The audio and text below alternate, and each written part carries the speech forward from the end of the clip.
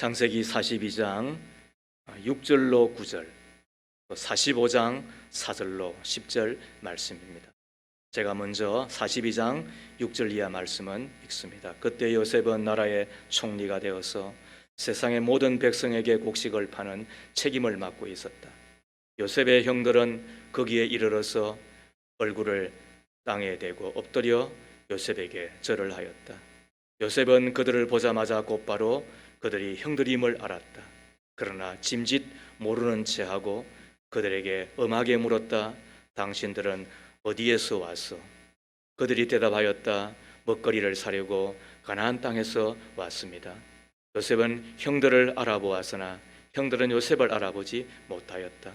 그때 요셉은 형들을 두고 꾼 꿈을 기억하고 그들에게 말하였다. 당신들은 첩자들이요, 이 나라의 허술한 곳이 어디인지를 엿보러 온 것이 틀림없소. 45장을 펴십시오. 4절 이하 10절까지 한 목소리로 마음을 모아 함께 읽습니다. 이리 가까이 오십시오 하고 요셉이 형제들에게 말하니 그제야 그들이 요셉 앞으로 다가왔다. 내가 형님들이 이집트로 팔아넘긴 그 아우입니다. 그러나 이제는 걱정하지 마십시오. 자책하지도 마십시오.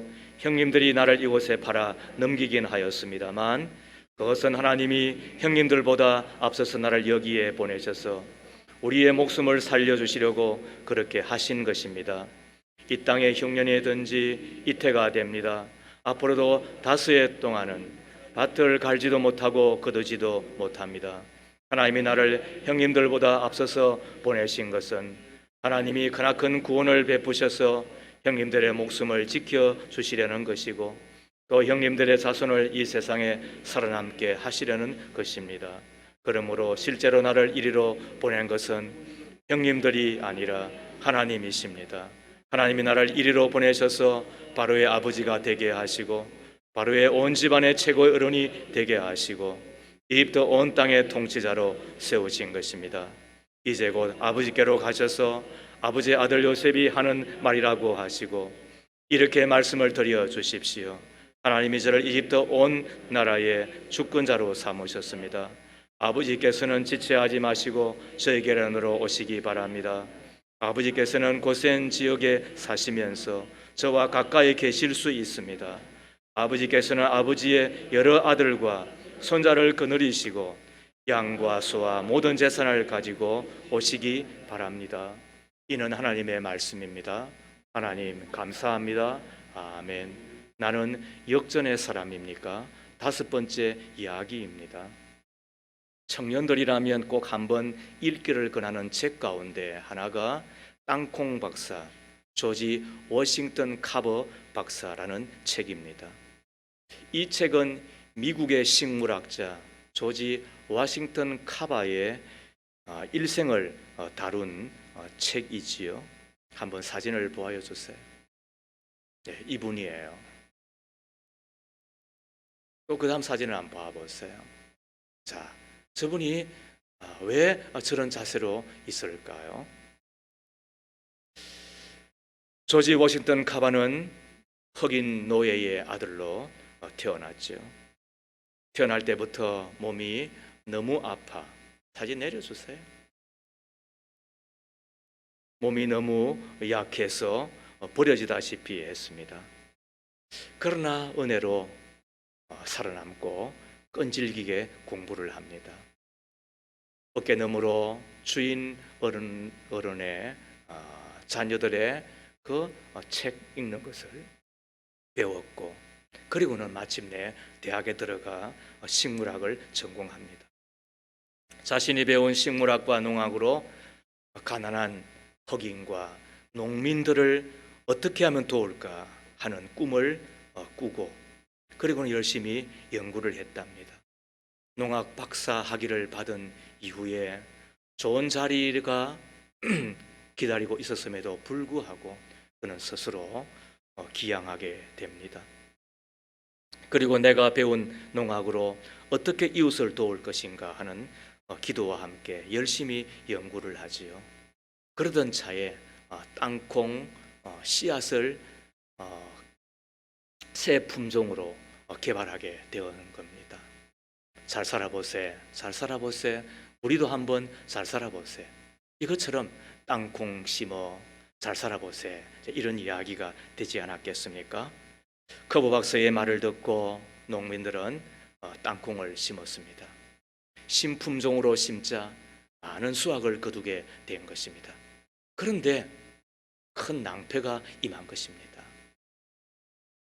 경제학적으로 이 농산물 가격은 비탄력적이라 그래가지고 조금만 수확이 많아지면 가격이 폭락하는 거잖아요. 그러니까 농민들이 그 수확을 거두었음에도 불구하고, 많이 거두었음에도 불구하고 어떤 일이 벌어졌겠어요? 가격이 폭락하면서 시름에 빠지게 된 거예요. 원망하게 된 거예요. 그러자 그 품종을 개발하고 나누어 주었던 워싱턴 이 카버 박사에게 그 원망의 소리가 다 쏟아지게 된 거겠죠. 농민들을 사랑하여서 땅콩씨를 개발하고 농민을 위해서 인생을 걸었는데 이런 일을 당하니까 이 카버 박사가 얼마나 난처했겠어요. 얼마나 가슴이 아팠겠어요. 그래서 답답해서 땅콩씨를 움켜쥐고 밤에 빛나는 그 별이 쏟아지는 들판으로 나갔다는 거예요. 그리고는 탄식하듯이 하늘의 별과 달을 바라보며 하나님 아버지, 이 아름다운 우주는 왜 지으셨나요? 그러자 잠잠하게 하나님의 음성이 들리더라는 거예요. 그 질문은 너무 크다. 네 수준에 맞는 질문을 하라. 그래서 카버 박사는 하나님, 그러면 사람은 왜 만드셨어요? 그때도 하나님께서 말씀하시기를 그 질문도 크다. 네 수준에 맞는 질문을 하라. 그래서 카버 박사는 손에 쥔 땅콩을 들고서 다시 하나님께 물었다는 거예요. 하나님, 그러면 이 땅콩은 왜 만드셨어요? 그러자 하나님께서 그 땅콩을 가지고 연구실로 들어가라, 그렇게 말씀하시더라는 거예요. 그 음성을 듣고 이 카버 박사는 연구실에 들어가 땅콩을 쪼개고 또 땅콩을 끓이고 그 땅콩을 또 비커에 넣어서 이리저리 연구하고 그렇게 해서는 개발하게 되었는데, 그래서 땅콩 버터가 나오고 땅콩 색소가 나오고 땅콩 화장품이 나오고 땅콩 치료제가 나오고, 몇 개를 개발했느냐? 무려 108개의 이 땅콩 제품을 개발하게 되었다는 거예요. 농촌의 허름한 외양간 같은 실험실에서 땅콩을 가지고 108가지의 제품을 만들어낸 것이지요. 그 다음에 그 제품을 상용화하기 위하여 공장을 세웠습니다. 카버 박사의 말을 듣고 땅콩을 심었다가 단식하던 농민들의 땅콩을 전부 다 모아서 그것을 가공하여 제품을 만들고, 그래서 농민들이 잘 살 수 있는 길을 연 것이지요. 그 소문이 전해지자 미국 국회에서 이 카버 박사를 불렀다는 거예요. 강사로 초청을 받아갈 때의 허름한 가방과 108가지의 땅콩에서 나온 생산품을 가지고 국회 의사당을 가니까 수의실에서 영감, 어디 가는 거요? 그러더라는 거예요. 예, 제가 맡은 강의가 있어서요. 그렇게 어렵게 들어갔습니다. 한편 의사당에 들어갔더니 연설을 기다리던 의원들이 남루한 옷차림에 그리고 가방 하나 들고 온 그 흑인 노인을 보고서 잡담하고 떠들고 있었던 것은 어쩌면 당연했을 거예요. 그래도 이 허름한 차림의 노인이 조용히 나가 그 단상에서 말을 시작하지요. 가방을 열고서 제품을 하나하나 소개하기 시작을 하니까 그 반쯤 와서 의원들의 눈빛이 초롱초롱해지더라는 거예요. 그리고는 귀담아 듣더라는 거예요. 그리고서는 이어지는 이야기가 농민들에게 땅콩을 보고받아가 망한 이야기, 답답하여 땅콩 한 주먹을 쥐고 들판에 나가 하나님에게 따지듯이 했던 이야기. 하나님, 이 아름다운 우주는 왜 만드셨어요? 사람은 왜 만드셨어요? 그 땅콩은 왜 만드셨어요? 그러는 가운데 주께서 하신 연구실로 들어가라. 그리고는 그곳에서 만든 그 땅콩 제품 108가지를 다 이야기를 한 거지요. 이 카보 박사의 이야기를 듣고서 의원들이 다 일어나서 기립으로 박수를 치더랍니다. 이것이 땅콩 박사 조지 원스턴 카버의 이야기인데, 한마디로 말하면 역전의 이야기잖아요. 저는 우리의 자녀들이 이 조지 워싱턴 카버 박사처럼 역전의 사람이 되었으면 얼마나 좋을까. 우리 가운데도 그 역전을 경험하며 그리고 자랑하며 간증하며 살아갈 수 있는 사람들이 나올 수 있다고 한다면 얼마나 좋을까. 오늘 우리는 이 자리에서 다시 묻는 거예요. 그리고 다시 내 가슴에 손을 얹고 생각하는 거예요. 나는 역전의 사람인가? 나는 역전의 사람인가? 여러분 어떻습니까? 두 가지를 오늘 살펴보십시다. 첫 번째, 꿈을 꾸면 역전의 사람이 됩니다. 언제 역전의 사람이 된다고요? 네, 꿈을 꾸면 역전의 사람이 되는 겁니다. 오늘 첫 읽은 본문은 42장이고 이 42장이 시작되기 전에 본문이 41장 마지막 절인데요. 자, 한번 보십시오. 57절이죠. 기근이 온 세상을 뒤엎고, 여러분 잘 아시잖아요. 몇 년의 대기근이에요? 7년의 대기근이에요.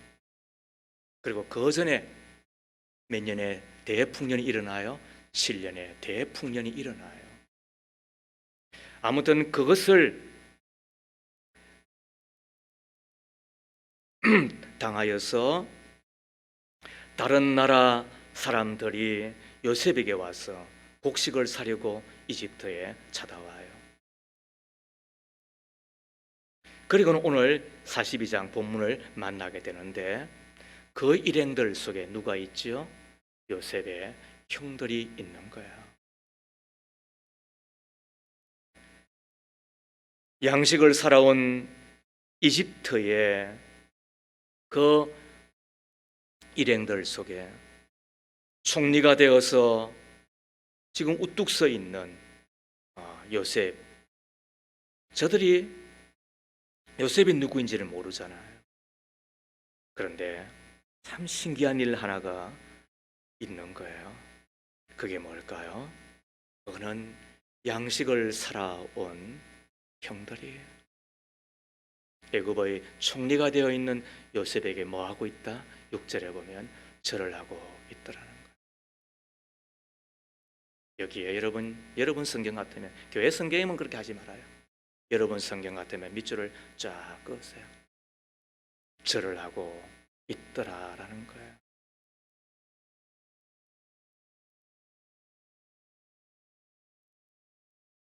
그러면서 요셉이 하는 게 뭘까요? 그게 9절이에요. 그때의 요셉은 형들을 두고 꾼 꿈을 기억하고 있다. 아니, 무슨 꿈이었길래 자기 앞에 무릎을 꿇고 절을 하는 형들은 동생 요셉을 모르잖아요. 그러나 동생이었던 요셉은 형들이 지금 자기 앞에 와 있는 것을 알고 있잖아요. 그리고는 절을 하고 있는 그 장면을 보고서 요셉이 한 일이 뭐예요? 꿈을 지금 기억하고 있는 거예요. 그 꿈을 꾼 것으로부터 무려 20년이 지났어요. 10년이 지나면 어떻게 돼요? 강산도 변한다고 그랬잖아요. 강산이 몇 번 변한 거예요? 무려 2번이 변한 거예요. 그런데 그 20년 동안 한 번도 잊지 않은, 한순간도 잊지 않은 그 꿈을 기억하고, 그리고는 지금 형들을 바라보고 있는 거예요. 자, 그렇다면 그 꿈이 무엇일까 하는 거예요.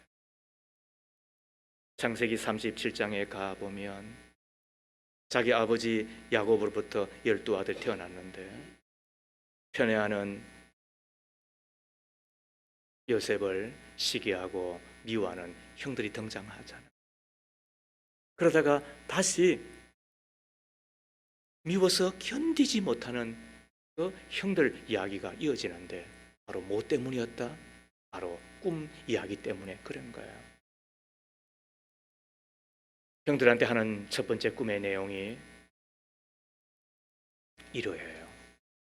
자, 37장 6절과 7절 말씀이에요. 자, 본문에 화면에 기록되어 있으니까 한번 읽어보세요. 같이 시작. 요셉이 형들에게 말하였다. 내가 꿈 이야기를 한번 들어보셔요. 우리가 밭에서 고식단을 묶고 있었어요. 그런데 갑자기 내가 묶은 단이 우뚝 일어나서고 형들의 단이 나의 단을 둘러서서 절을 하였어요. 이게 무슨 이야기예요? 한참이나 위인 형들이 자기 아들뻘이나 되는 요셉에게 절을 한다는 거예요. 그 이야기를 듣고 형들이 어떻게 반응을 해요? 내가 우리의 왕이라도 될성 싶으냐? 정말로 내가 우리를 다스릴 참이냐? 얼마나 성질이 났는지 몰라. 그리고는 더 미워하는 거예요. 그런데 여기에 또 더하여서 한 번 더 요셉이 꿈 이야기를 하잖아요. 그게 9절이에요. 이것도 같이 읽어보겠습니다. 시작.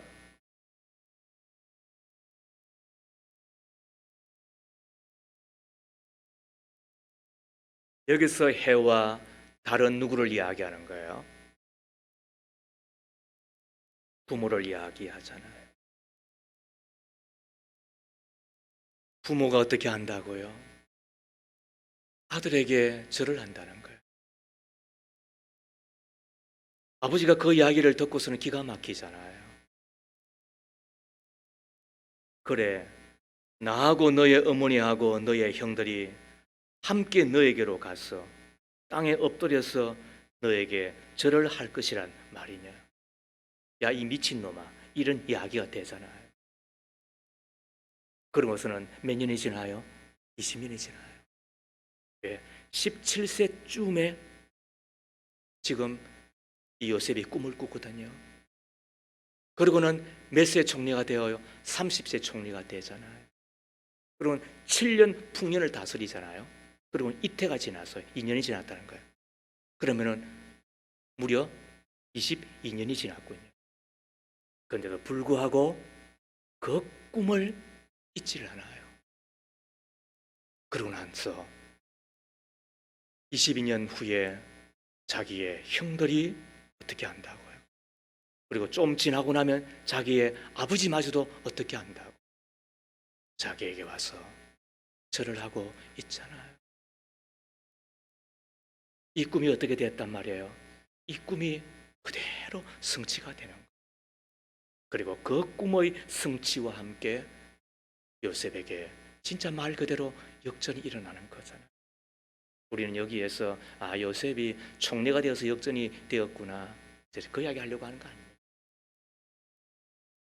욥의 역전의 이야기도 많은 케이스 가운데서 하나를 끄집어내어서 우리로 교훈 삼고, 그리고는 스스로 해석하면서 그 역전을 내 것으로 만들어가는 이야기고, 이 요셉의 이야기도 아이고 나 같으니까 무슨 총리, 뭐 동장도 못 되는데 무슨 총리냐고, 내 나이에 무슨, 여러분 그렇게 성경 읽는 게 아니에요. 성경은 그 가운데 한 케이스를 붙들어서 어떻게 한다? 바로 우리에게 도전하고, 그리고는 그 역전이 내 것이 되기를, 그 역전을 자랑하며 간증하며 살라고 하는 이야기이니까. 그런데 요셉이 일어난 역전은 뭐예요? 총리가 된 것, 그럴 수 있죠. 그러나 중요한 것은 뭐예요? 그 역전을 통하여서 자기의 온 가족을 구원하잖아요. 가까이는 가난으로부터 구원하는 거예요. 기근으로부터 구원하는 거예요. 망하고 죽을 것 같은 데서 구원해내는 거예요. 그리고는 한 민족을 이루어내는 구원을 그가 하게 되잖아요. 그 꿈을 인하여서 요셉이 얼마나 미움을 당합니까? 그 시기 때문에 그는 종으로 팔려가기도 하잖아요. 그 꿈 때문에 그는 노예로 살아갈 수밖에 없잖아요. 그리고 감옥에까지도 들어가게 되잖아요. 그리고 총리가 되고 무려 7년 뒤에 9년 동안이 지나게 된단 말이에요. 그런데 그 꿈을 잊은 적이 있어요, 없어요? 읽었잖아요, 9절에. 그 이야기가 형들이 자기 앞에 와서 무릎을 꿇고 절하는 그 모습을 보고 그때 생각이 났다. 성경 그렇게 말하지요. 정확하게 무려 20년 혹은 22년 동안에 한순간도 잊지 않았다. 어쩌면 요셉의 경호를 당하면 자살을 12번 했을 거예요. 그런데도 불구하고 그 시기와 다툼과 미움과 절망과 그리고 모든 것이 다 엉클어지는 그 가운데서도 요셉이 했던 일이 있다고 한다면 바로 그 꿈을 잊지 아니하고 그 꿈을 기억하며 그 꿈이 어떻게 이루어지는가를 바라보며 그는 묵묵히 그 길을 그리고 그 터널을 그리고는 지금까지 오게 되는 것 아닙니까? 우리는 여기에서 이렇게 우리는 정리가 되는 거예요. 한 사람의 차이는 무의 차이다, 꿈의 차이다. 한 사람의 크기의 차이는 무의 차이다, 꿈의 크기의 차이다.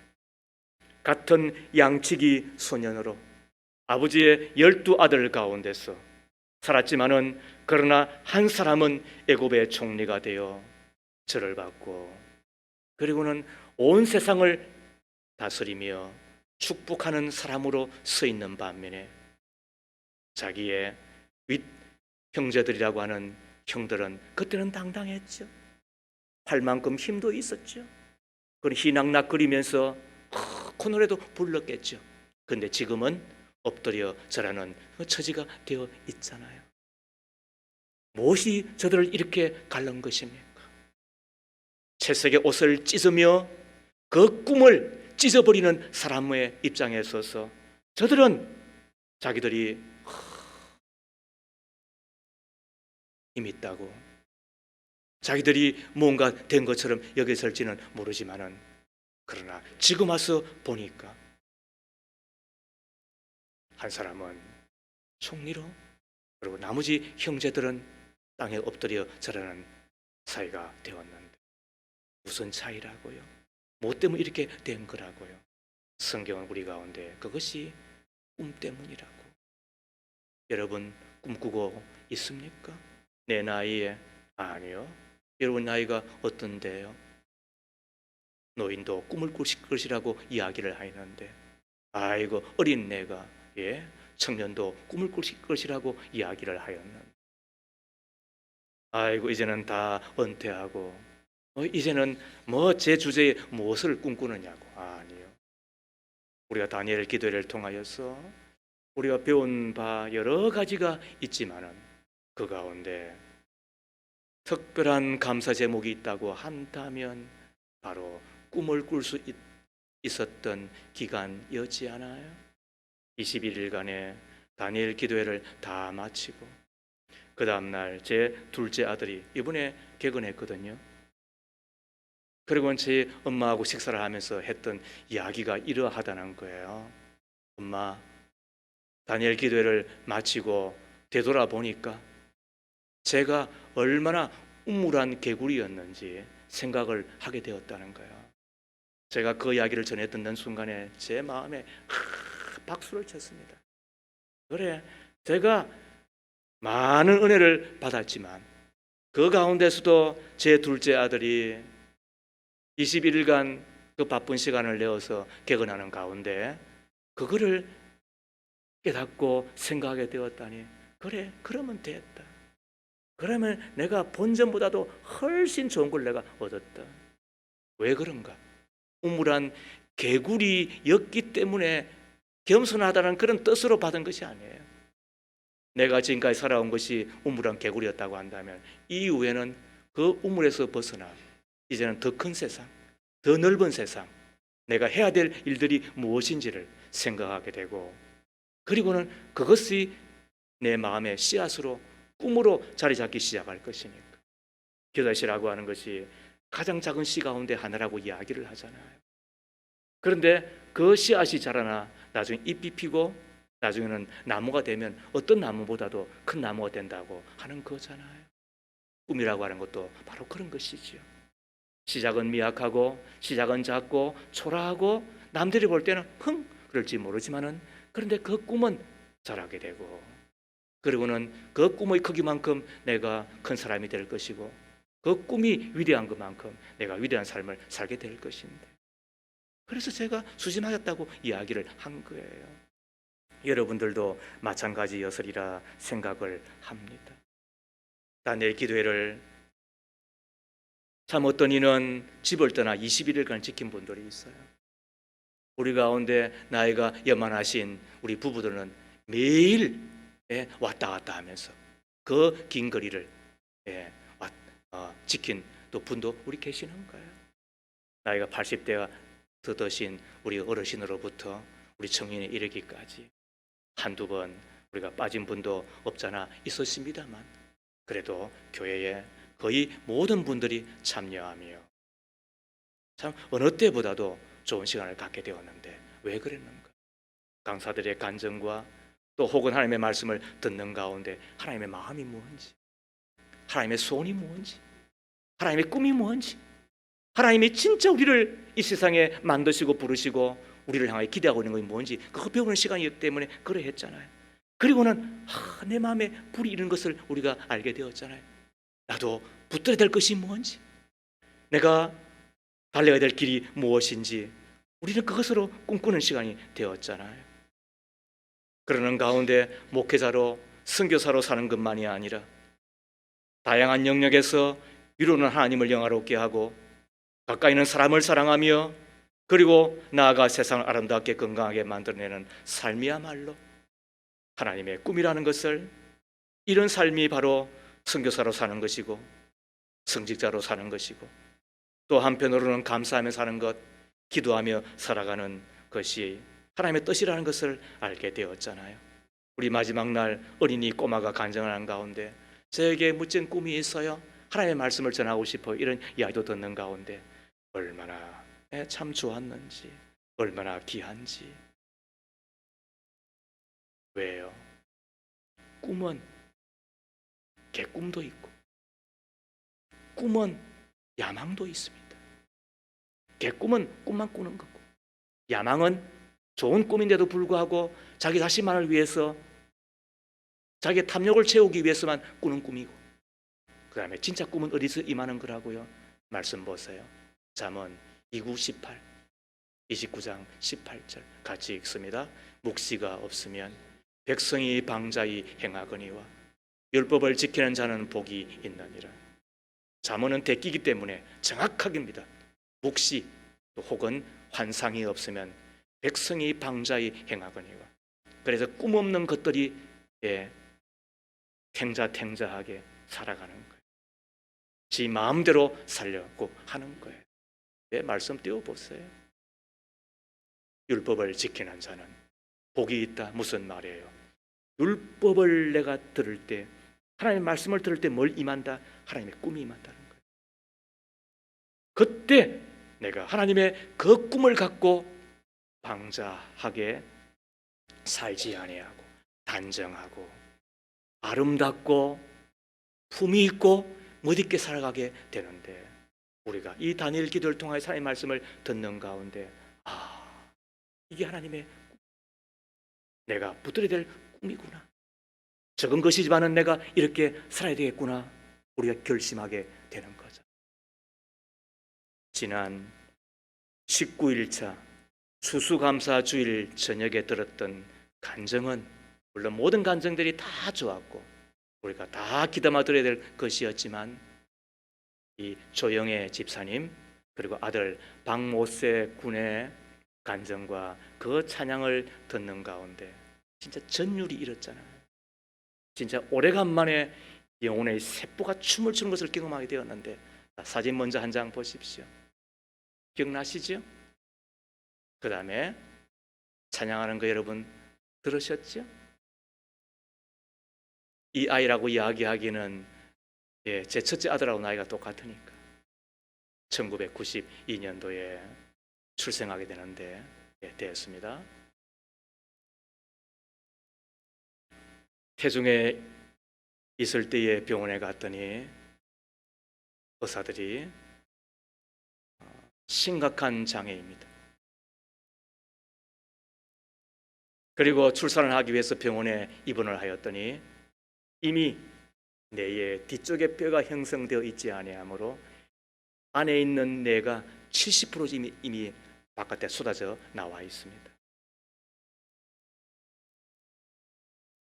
낙태를 권합니다. 태어나더라도 걷지 못하고 듣지 못하고 보지 못하고 말하지 못할 겁니다. 거의 100%입니다. 그럼에도 불구하고 그 부모는 할머니와 함께 낳자고 결심을 하잖아요. 뇌의 70%를 절제하였습니다. 그리고는 말 그대로 살려만 내었습니다. 5살까지도 말 한마디 하지 못하는 그런 처지였습니다. 그런데 5살 때 말을 첫 번째 했는데 사도신경과 주기도문을 하고 그리고는 찬송을 하기 시작을 하고 녹음한 것이 나중에 발견되고 또 전하여지면서 평창 동계 올림픽의 애국가를 부르게 되었는데 아무튼 그것이 아름아름 알려지면서 이제는 세계 여행도 다니고 또 간증하고 또 전도하는 사람으로 살아가게 되는 진짜 말 그대로 역전이었잖아요. 그러면은 장애아로 태어나가지고 전혀 진전이 없는 이들을 보면은 그러면은 뭐 그거는 그럼 역전이 아닌가? 여러분 잘 되었기 때문에 역전을 말하는 게 아니에요. 말은 한국말은 설교는 끝까지 들어야 되는 거예요. 그가 살아 있음에 감사할 줄 아는 사람, 존재 자체만으로 기적이라고 말하는 그 어머니의 이야기, 그 다음에 연이어 하나님의 살아계심과 하나님의 선하심과 그 인자하심을 노래하고 그리고는 간증하고 하나님을 아름답게 드러내고 있는 그 삶이 바로 그게 역전이잖아요. 그분들은 기대도 안 하고 상상도 안 했기 때문에 여전히 장애아로 말 못하고 있다 하더라도 아마 지금도 하나님께 여전히 감사하며 기도하며 살았을 거예요. 그런데 그분들은 모든 의사들이 합의하여서 태어나게 해서 고생시키는 것보다는 낙태하는 것이 좋겠다는 그 이야기를 들었음에도 불구하고 했던 게 뭐예요? 살려만 주십시오. 나머지는 저희들이 책임지겠습니다. 그리고는 그때부터 시작된 기도, 그리고 교회에서 우리가 기도해야 되겠는데 교회에 우리의 모습이라도 한 번이라도 보여야만 교회가 한 번이라도 더 기도해 주지라는 마음으로 자기의 살던 집을 정리하고 기도실이 있는 교회에 들어가 무려 몇 년 동안 25년 동안을 살았던 그 할머니를 생각하면 전율이 일어나잖아요. 그리고 그 기도하며 하나님께 모든 걸 다 맡기는 가운데 오직 하나 살려만 주십시오. 나머지는 책임지겠습니다. 그것이 하나님 앞에 소원이었고 꿈이었는데 그 소원과 그 꿈이 주님 앞에 연락되었을 때 나중에는 진짜 말 그대로 기적이 일어나잖아요. 하나님을 자랑하게 되잖아요. 진짜 기가 막힌 간증이었어요. 그걸 들으는 가운데 진짜 전율이 일어나는 것을 보게 되었죠. 그러면서 생각되는 게 뭐예요? 살려달라고만 기도하고 손을 아뢰었는데 하나님이 그 꿈을 들으시고 저렇게 역전시키셨다고 한다면, 우리 가운데 하나님의 말씀을 듣는 가운데 내가 하나님 안에서 어떤 꿈을 꾸고 내가 어떤 인생을 살 것이며 내가 어떻게 살겠다고 내가 하나님 앞에 약속하고 내가 그것을 지켜나간다고 한다면 하나님 우리 인생 가운데 어떤 역전을 주실까? 여러분 기대되지 않아요? 이것이 다니엘 기대를 통해서 우리가 받았던 특별 감사 제목. 왜?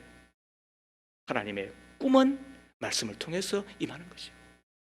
그 말씀을 듣는 가운데, 그래서 여러분 주일 설교 이 예배는 우리한테 꿈을 받는 시간인 거예요. 다시 내가 붙들어야 될 것, 내가 기억해야 될 것, 내가 확인해야 될 것, 내가 따라가야 될 것, 내가 인생의 승부를 그려야 될 것이 무엇인지 다시 한 번 더 이야기를 하지만은, 여러분 살려만 주십시오, 제가 책임지겠습니다라고 하는 그런, 어쩌면은 그런 기도도 못해 할지 모르지만은, 그러나 그 기도 주님 앞에 연락되었을 때에 잘라내었던 내의 70%가 다시 60%가 회복이 되면서 모든 의사들이 이구동성으로 걷지 못하고 보지 못하고 듣지 못하고 말하지 못 것이라는 그런 것을 지나서 걷는 것은 물론이거니와 비록 미미하지만은 듣고 그리고 보고 말을 하는 정도를 지나 얼마나 울림 있는 그 찬양을 하게 되든지, 여러분 집에 가셔서 2번, 3번 그런 간증은 들으십시오. 그래서 내 마음 가운데 불타는 그 꿈을 가지고 살아가. 그리하면 하나님께서는 반드시 우리 인생 가운데 뭘 허락하신다? 역전을 허락하신다. 믿으시면 아멘. 그러므로 성수한테 경수한테 꿈을 주세요. 꿈 꾸려고 하지 말고, 그리고 야망에 사로잡히지 말고 진짜 하나님의 말씀을 듣는 가운데 꿈꾸는 자가 되라. 그리하면 너 인생 하나님이 책임진다. 여러분 대학도 가야 되지만은 주일도 어기면서까지 공부시키면서 그런 짓 하지 말아요. 여러분 내 인생 가운데 하나님의 손에 붙들리면, 그런 꿈꾸는 사람이 되면 나머지는 하나님이 책임지신다. 믿으시면 아멘. 우리가 이런 것들로 주인 앞에 오는 거예요. 여러분 이런 이야기 들으러 하나님 앞에 오는 거예요. 여러분 늙은이도 꿈을 꾸실 것이고 젊은이도 꿈을 꿀 것이며 우리 모두가 다 꿈꾸는 사람으로 살아가잔 말이에요. 그때 하나님이 반드시 그 꿈을 가진 사람을 주님이 붙들 것인데, 뭘 보시고? 그 마음속에 있는 꿈을 보시고 하나님은 인생 가운데 우리가 생각하는 것보다도 더 놀라운 일들을 일으켜 주실 거예요. 두 번째로, 섭리하시는 하나님을 믿으면 역전의 사람이 됩니다. 이것이 요셉이 우리에게 이야기하는 바예요. 이것이 성경이 우리 가운데 말하는 바인데, 뭐라고요? 섭리하시는 하나님을 믿으면 역전의 사람이 되는 거예요. 오늘 두 번째 읽은 45장은 요셉이 흉년이 들어 곡식을 살아온 형들과 대면을 통해 자신을 드러내는 장면이잖아요. 지금까지 자신의 정체를 형들 앞에 숨겨온 그가 마침내 자기가 바로 형들이 팔아먹은 요셉임을 밝히는 거예요. 자, 4절과 5절 말씀을 함께 읽습니다. 자, 시작. 다시. 자, 4절과 5절 말씀 45장이에요. 자, 시작.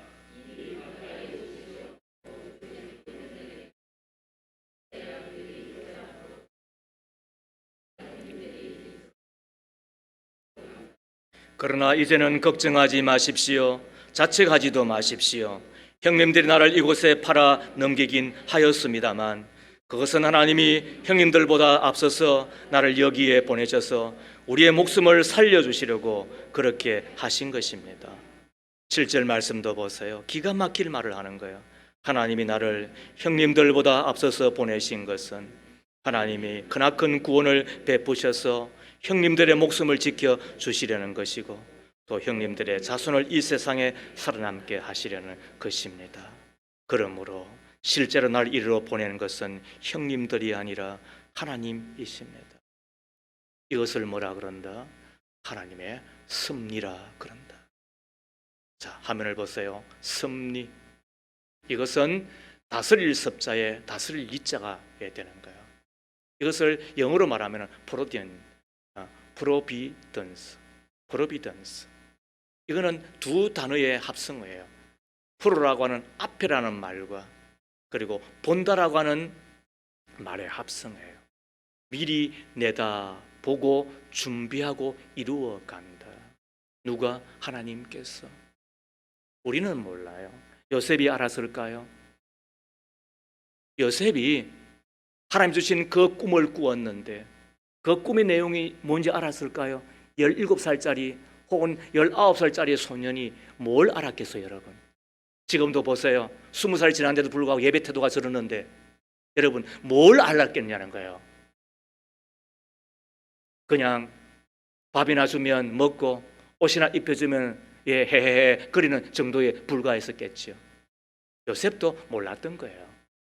그런데 한순간도 잊지 않는 가운데 그 꿈이 뭘까? 그 꿈이 어떻게 이루어질까? 그리고 하나님께서는 이 꿈을 통하여 어떤 일을 하실까? 그리고는 오늘 42장을 지나 그리고 45장에 떡 쓰는 거예요. 그때 요셉이 어떻게 말을 하는 거예요? 이렇게 하신 이가 하나님이시다. 팔려갈 때 발부둥을 치면서 그리고는 자기는 정절을 지킨다고 보디발의 아내의 유혹을 피하여서 그리고 간 곳이 감옥에 그곳에서도 그는 갑갑하였겠지요. 그런데도 불구하고 한순간도 잊지 아니하는 하나님의 그 꿈 앞에 그리고는 오늘 그 꿈이 이루어지는 것을 보면서 그는 어떤 해석을 내리는 거예요. 이 모든 것이 하나님이 하셨다. 이것이 섭리를 믿는 신앙이에요. 그래서 그것 때문에 그는 세 가지를 하지 않았어요. 그리고 서너 가지를 더 한다고요. 첫 번째 뭘 하지 않았다고요? 원망하지 않았어요. 다시 말씀드리지만 아마 자살도 12번은 했을 거예요. 맞죠? 무슨 내가 이런 처지를 당하여서 그럴 수 있잖아요. 그리고 내가 하나님을 믿는다는 것 때문에 내가 신앙을 지킨데도 불구하고 내가 감옥에 가다니 이게 무슨 일이냐고. 그런데도 불구하고 그는 뭐 하지 않아요? 원망하지 않아요. 불평하지 않아요. 그리고 악을 행하지 않아요. 보디발의 아내의 유혹을 당하였음에도 불구하고 내가 어찌 하나님 앞에 덕죄하겠느냐고. 그는 그 유혹에 넘어가지 않아요. 그리고 더 나아가 그는 보복하지 않아요. 자기 형들도 형들이거니와 자기를 감옥에 넣어 그리고는 죽을 고생을 시켰던 보디발 아내를 생각하면 가라마시고 싶었겠지요. 그런데도 불구하고 이 모든 것들이 다 어우러져 자기를 애굽의 총리가 되게 해주실 뿐만 아니라 자기의 모든 가족들을 다 구원하는 자리에 서게 하셨던 이가 누구다? 내 하나님입니다. 인생을 살다가 보면 이해되지 않을 때가 많이 있어요. 내가 왜 이런 일을 당하여야만 되나?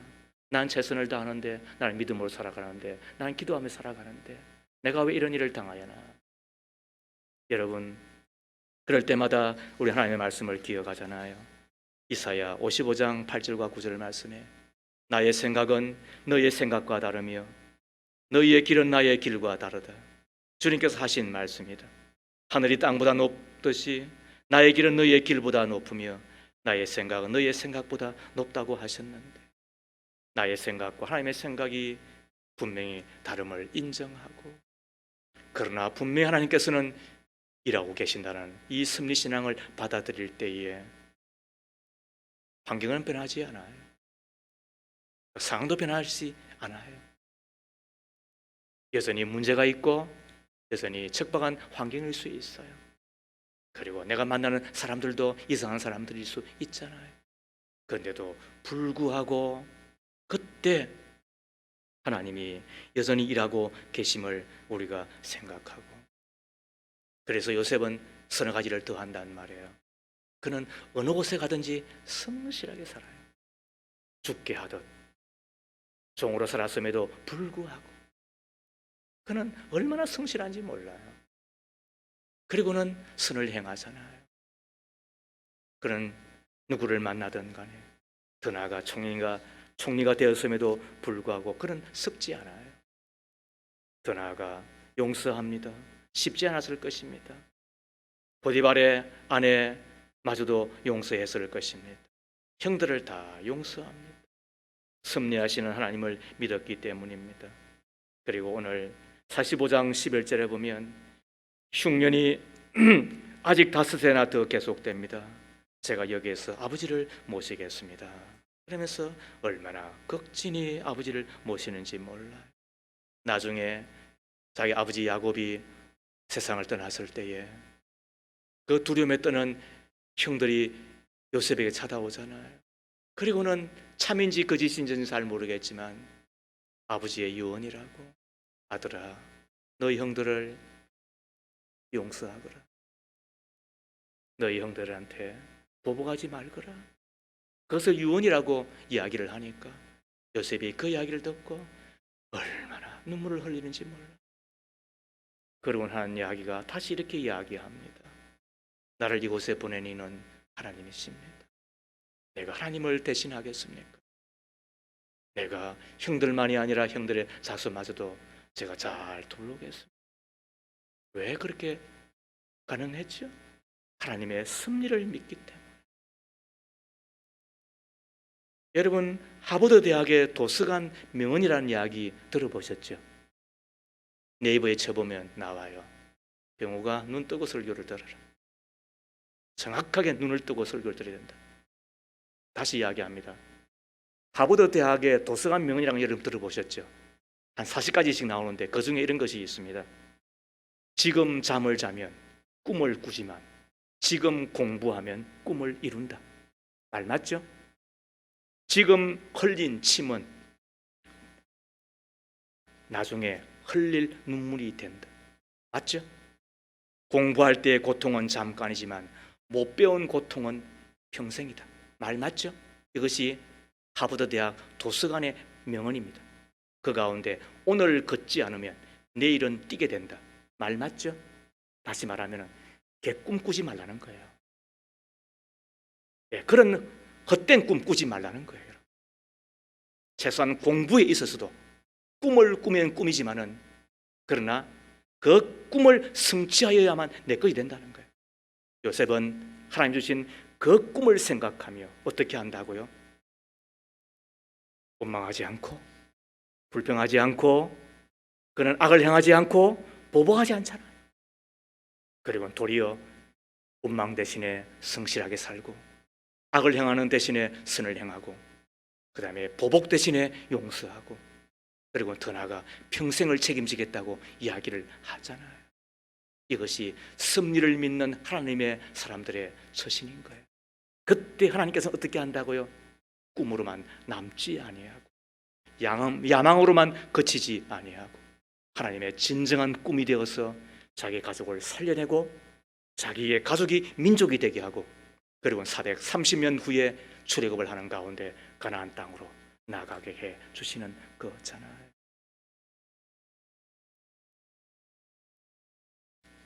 마지막 자기 아버지 야곱이 죽기 전에 자기의 12아들을 축복하는데 이것이 야곱의 축복이에요. 거기에 보면은 요셉을 향하여서 야곱이 빌었던 그 축복의 내용이 49장 22절이에요. 같이 읽습니다. 요셉은 무성한 가지 곧 샘 곁에 무성한 가지라. 그 가지가 담을 넘었도다. 이것이 요셉이에요. 이것이 요셉의 역전이에요. 자기 아버지마저도 하나님의 감동을 받아 인정하지 않을 수 없었다. 이게 요셉의 역전이에요. 어떻게 가능했죠?